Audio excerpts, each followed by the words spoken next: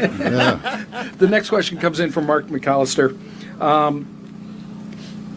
The budget had a lot of relief in it for the future impacts of tariffs, but how about direct relief for taxpayers and the cost of living going up?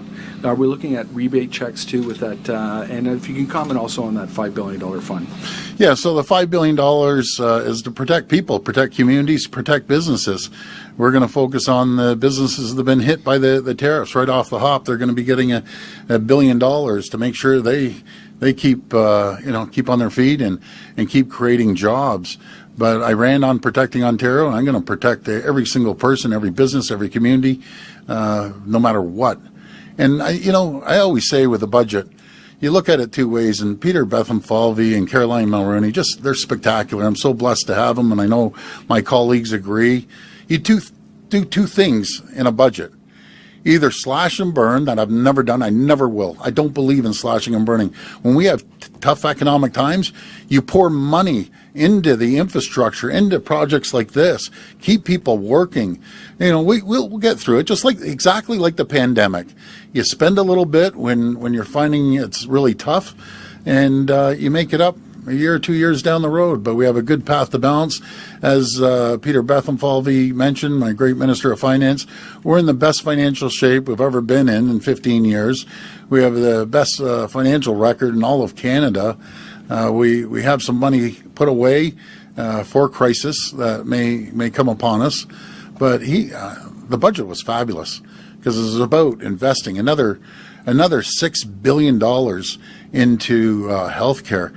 Folks, we are spending unprecedented amount in healthcare. We're up to $91 billion.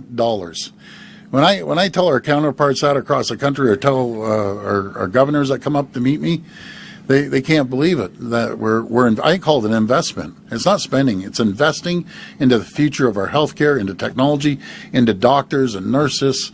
We've registered over 16,000 new doctors, 100,000 new nurses, building new medical schools. That's what we do when you find it tough with President Trump coming after us. Specifically, are rebate checks on the horizon if the tariffs get to a larger burden? We never rule that out because similar to the last time, we saw $3 billion more revenues come in, and it went to our cabinet, and it took us about 3 seconds to say, and by the way, we're the only government that says this, it's not our money. It's the people's money. It's not our money. It's your money that you're paying into the system. If we have extra money, that $3 billion goes back into people's pockets. That stirs the economy.